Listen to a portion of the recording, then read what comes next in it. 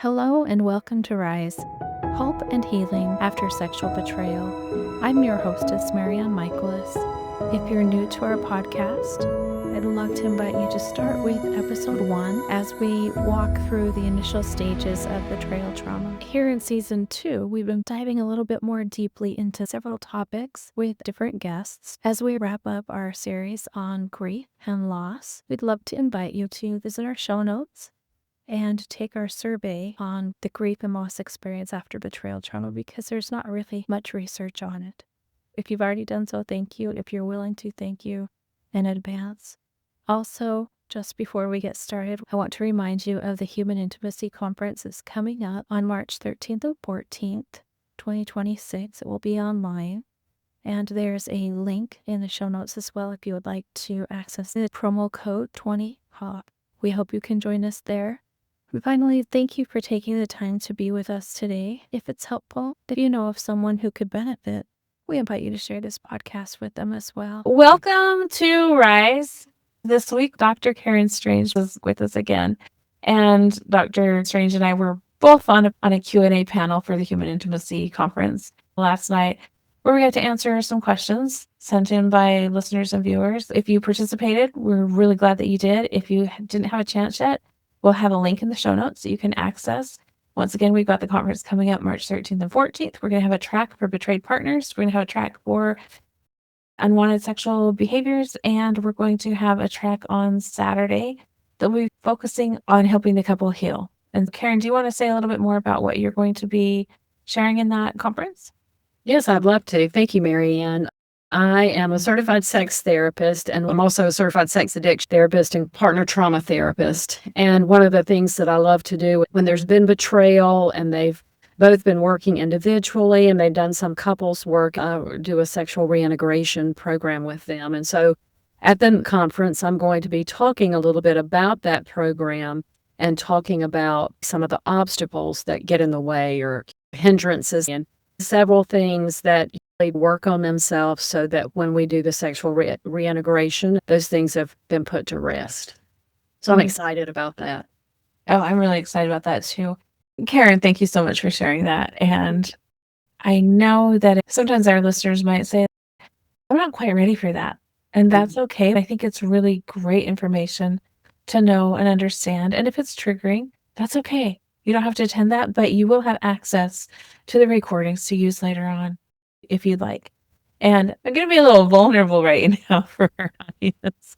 Karen and I had a whole beautiful podcast that we went through, and we're going to grieve that it didn't record. So we're on round 2, and we are so grateful to have you all here with us today as we are getting ready to finish up our series on grieving and the loss after betrayal.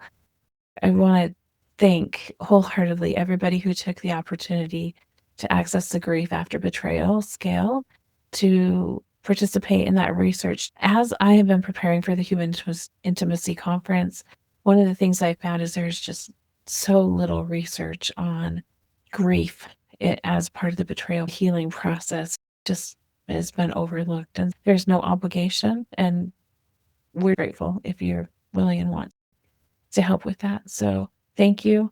It will also be in the show notes for today.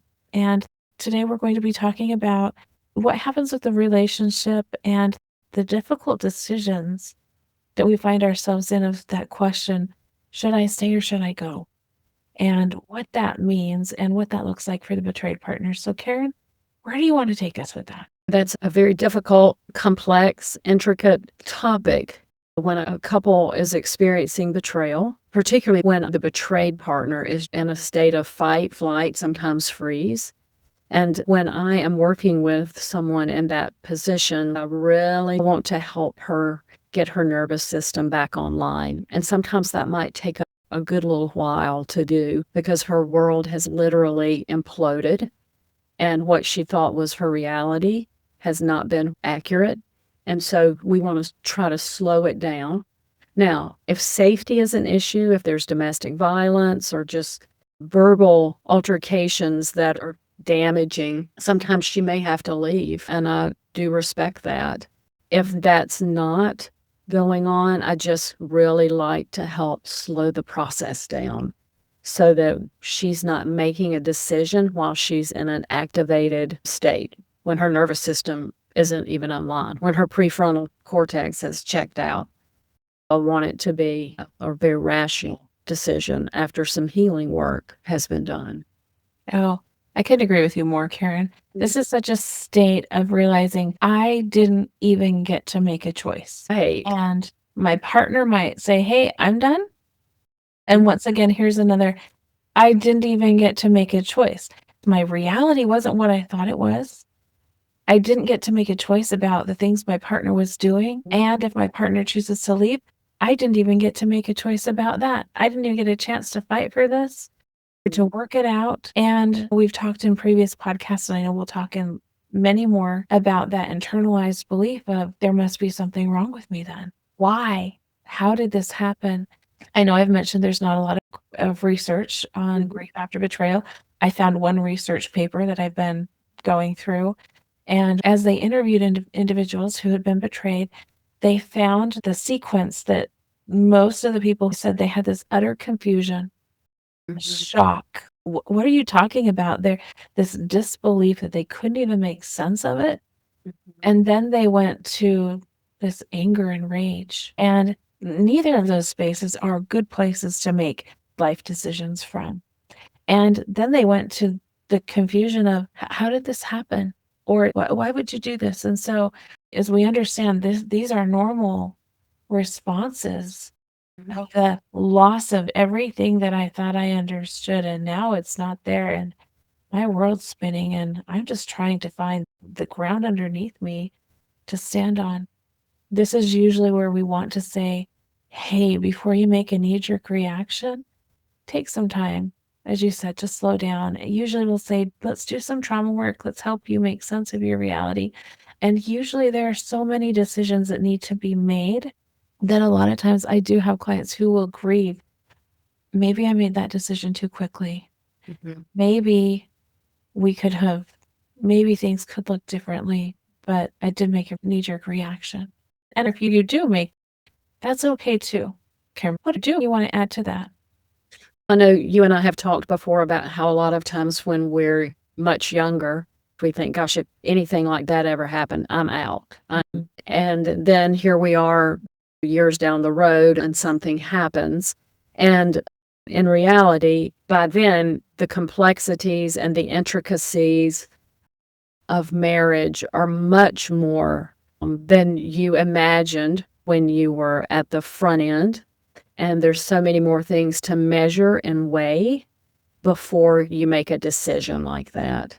And again, that's what I see with my clients. They might have said something like that when they were younger, but when the chips are down, they recognize, oh, there's a lot here to think about. And so again, my goal is to always try to slow it down for them so they can get their prefrontal cortex back online and then do some healing work and then make decisions based on that.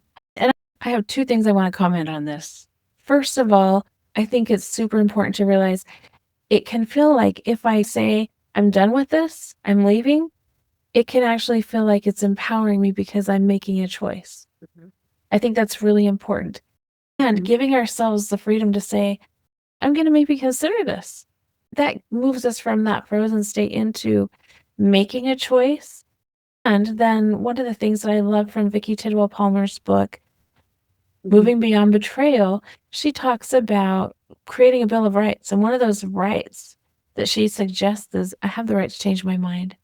And for most of my clients, I see a lot of mind changing, trying to figure out what's going to be best for my future. And so I'm grieving either the loss of my word to myself, betraying myself, or I'm grieving the loss of feeling like I'm frozen and stuck, or I'm grieving the loss of saying, okay, I'm going to end this. All of these are grief points that we don't get to escape, that we have to face. But we can also say, I'm not sure. But giving ourselves permission to change our mind, I think is really powerful because it helps to empower us. It helps give us, oh, I do have some options. I can take a couple steps down this road and look at it and go, maybe that's not exactly what I want. The decision can be not to make a decision right away. So you decide that you don't know what you're going to do.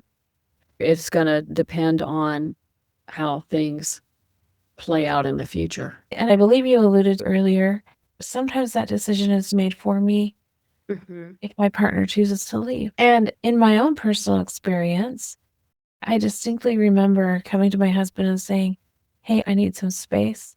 I need to figure some things out. And my husband's response was, I don't think I can stay in this relationship. We're not having sex.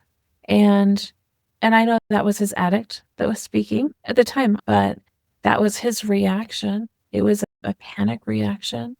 And with time, we were able to figure that out and look at that. Is that really where we want to go? But I was faced with that space of saying, okay, I might not even have a choice here. My choice in putting down a boundary and saying, here's what I need and expressing that need, his reaction to that was, I can't meet your boundary.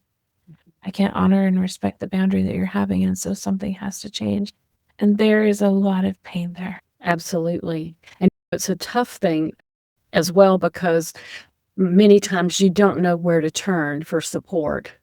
And certainly having a therapist could be really helpful if you're part of a women's group or part of a 12-step group where you can get support for things like that, because grief needs other people to walk beside you. It is too much to bear alone. That brings me to another space, Karen, and I know that this can be delicate and sensitive. Oftentimes I've had clients say, it would be so much easier if my partner had died. So it'd be so much easier. And it makes sense because culturally, people bring casseroles, people are supportive, people are reaching out. There's a lot of grace extended. Oh, that's okay. Her law's not getting cut. Her kids aren't being taken care of, or whatever it is. Yeah, that makes sense. We give a lot of space for that. But with betrayal, because it is ambiguous and because it's usually disenfranchised, people don't see that. People often don't know. And so, again, one of the losses that we have to deal with. And I know that you have experienced both betrayal and a spouse's death. And so I'm wondering, what would you like to share from your experience about this? Yeah, thank you for the opportunity to share about that. My husband passed away in October of 21. It was very unexpected.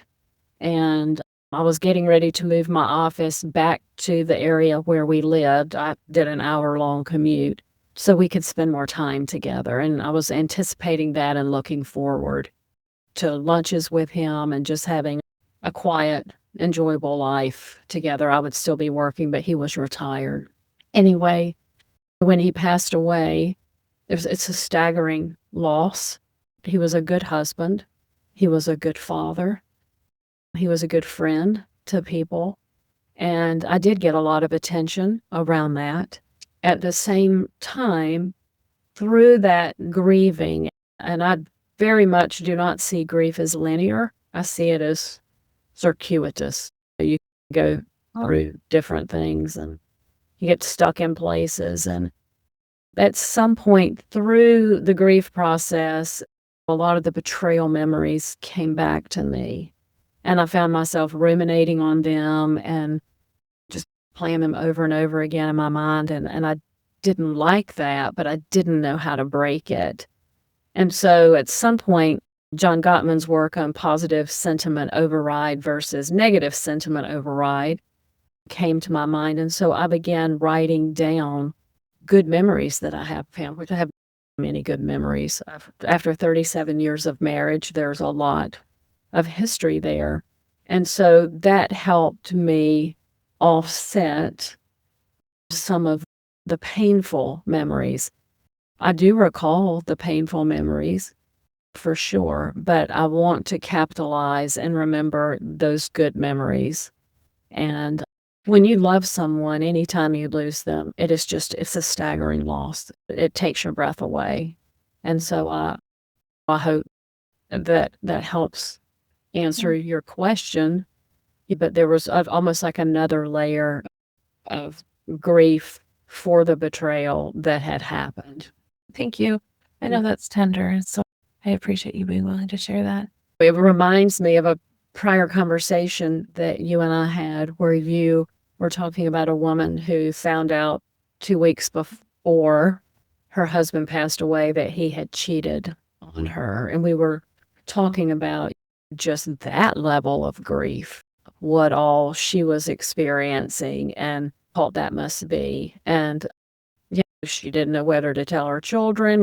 Everybody was talking about what a wonderful man he was. And she was just not only, I'm sure, heartbroken at his death, but the death of what she thought their relationship was. Just the importance of someone to hold your story, to come alongside you and hold your story, whether it's a therapist, whether it's a good friend, a sister, somebody that loves you, that can come along and hold that space for you.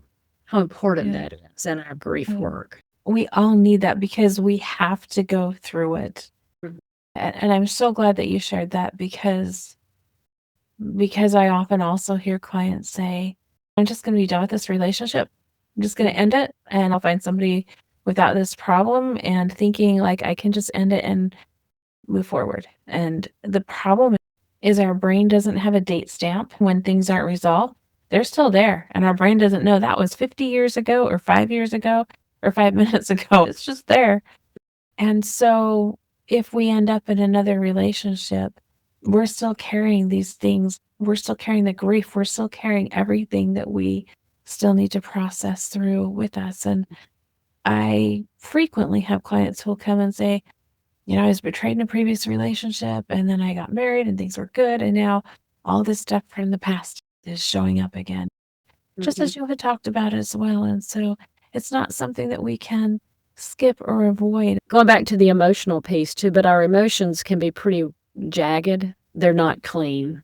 Allowing yourself to feel the emotions in real time is very important. And what that can look like, if you notice that maybe you're feeling angry, is saying it. And I encourage people to say it out loud. It's just saying, I am feeling so angry right now, and giving voice to that. Because I think when we're betrayed, we feel powerless, we feel confused, we feel worthless. And by giving voice to some of that, it's a way to reclaim some of that power back and start reeling that back in, where you are no longer feeling worthless, you are no longer feeling powerless, and you are no longer feeling confused. Right. And I call that honoring your emotions. And I think that's such an important part of this healing process, or this grieving process, is that we are trying to figure out, how do I fix this? What do I do next? And in my work, I used to run divorce groups. And one of the things that I learned that I think is important that I really want to share here, an analogy or a visual of this, is when you're walking down the road and you're thinking, man, I don't know what to do here, feeling really hopeless and feeling really powerless. And then it's, oh, I found something. Maybe we'll try some couples counseling. My friend said this is really good, so now I've got some hope. Okay, maybe this is fixable. And then I might tell my partner, and they might say, great, let's try it, or they might not. Right there, I've got some hope, some expectations, and I've got some grief and some loss. And even if we try it, it might not work out. And so I might go further down the road and say, what about this? I was reading this book, or I heard this on this podcast, or I heard this. And with social media, there's so much. There's so much to choose from. But oftentimes it's a journey of, I'm trying this and I'm grieving. I'm trying this and I'm grieving. And at some point, we get to the end of the road and say, I've tried everything. And as you and I talked about earlier, there's almost this tipping point where it says, and now I'm done. What I learned from my clients is oftentimes we have to walk that road before we get to the point of saying, and now I'm done. Because we need within ourselves to be able to say, I tried every single thing. I did every single thing that I could, which moves us from that powerless place to, I did everything in my power. I worked, I sought, I tried everything, and there's nothing else I can do. And so then I can let go. And I think that's really important, because I see clients who are in beating themselves up even because why can't I make a decision? Why haven't I made a decision? And my response is, I don't think you're at the end of the road, because when you are, you'll know. Yes, I found an article about divorce as well, and they were talking about final straws. And that's that tipping point. And sometimes there are just final straws that it's over, and it can be a clean break, and you can let go. And that's okay. I want to acknowledge the complexity of ending a relationship, because our partner, even if we divorce, our partner, the memories, especially if we have children, they're still with us. They're still part of our family system. We don't ever get to leave that, because we've got the memories, we've got the neural networks. They're just part of us. We don't get to let go of that. And in some cases, it can be really nasty. I have some clients that I've watched the loss and the grief continue. And they're saying, MaryAnn, why won't this end? And sometimes it's very litigious. And my clients think, okay, when we divorce, this will be over. But it's not, and it continues on and on. It's prolonged. And so that sometimes happens, which is incredibly difficult to deal with. And then, Karen, I wanted to also ask you about the research that you did for your doctorate. Yes, thank you. I love talking about that. I interviewed 11 betrayed men and found out from them what their experience was like, as well as what they wish they had and what they had that was very helpful for them. And one of the things that was the most helpful for them was meeting other men who had been betrayed, because the resources for that population are pretty much next to nothing. And I interviewed them all individually, and then I brought them together for a focus group. And a couple of them had voiced to me, the only reason I am participating in this is so I can be part of that focus group and meet other men who've been betrayed. And so just learning about their experiences, a couple of the men, their wife had cheated on them years ago, and they had divorced. And there was a period of time before they remarried, and they have since remarried and have families. And then another man was actually going through a divorce. It's very painful for them as well. And again, they don't have anybody to witness their grief. They don't have anybody to witness their story. And for them to have one another was very powerful for them. And I am excited about doing more work in that area and learning more about how to help betrayed men. And I know that we've talked about running some groups for betrayed men here through Human Intimacy as well. And that's something that we'll have coming up in the future. But I would love to do that. That would be great. I think you're a shoo-in for that, Karen. I would love to do that. So if you're interested, we'd love to put that out. But for our listeners and viewers, if you're a male who's been betrayed, please send us an email at info@humanintimacy.com and let us know that you'd like to join a group, and we'll start creating a group. Once we've got enough people ready to participate, then we'll start. But I want to just touch on one thing that you've mentioned. I think you talked about a little bit more earlier in our previous conversation, the one that didn't get recorded, but that you talked about that grief. So even though they divorced, I think you said that they divorced pretty early after the betrayal. And even though they remarried, you talked about even when you interviewed them, it was still so tender. Yes. Yeah, thank you for reminding me of that. Yes, when I did interview them, one in particular was very tearful talking about it. He had done a lot of work on himself and had just really devoted himself to healing from that. And it was a sensitive, a tender place for him. And even though he's very happily married now, he could look back, and he talked about he didn't have any support and nobody. He told a couple of people, but they never checked back in with him, and they didn't know how to help him, and so they just ignored it, and he felt very alone. And you could see still the pain from not only the infidelity, but also just from the lack of understanding and support he got from the people he chose to confide in. So what you're talking about, Karen, is something we haven't talked about, We have, but we haven't. We're talking about betrayal, which is disenfranchised because we don't talk about it. Nobody knows. And now we're talking about a subset of individuals who even more so we don't talk about. And there's no resources for. So we've got this disenfranchisement.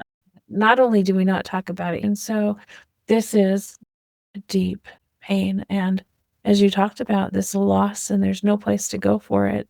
And so even with the quick divorce or the divorce that happened quickly after, even with that empowerment, there's still that pain that's so deep. So I think my wrap up for today is that if this has been hard for you, we encourage you to reach out to your supports. And there's an exercise that I want to share for listeners and viewers. It comes from our friend Stacy Costa, and she graciously shared this exercise I'll be sharing along with the healing tasks that we need to go through for grieving at the Human Intimacy Conference. However, this exercise really looks at taking expectations and on a piece of paper writing down, here are my expectations. Here's what I thought. I thought I would be married at this time. I thought I'd have these kids. I thought this is what my career would look like. This is what my marriage would look like, whatever those expectations for life are. And then on another side of the paper, writing down, this is my reality. This is what happened. I thought that I would be in a relationship without infidelity. My reality is, oh, there is infidelity in my relationship. And when I do that, when I put those two together, the space in between tells me, oh, I have to grieve the pain of not having the relationship that I thought I had, not having a faithful partner. And so it really helps highlight and bring out, what is it that I do need to grieve? And I might have a lot of resentments.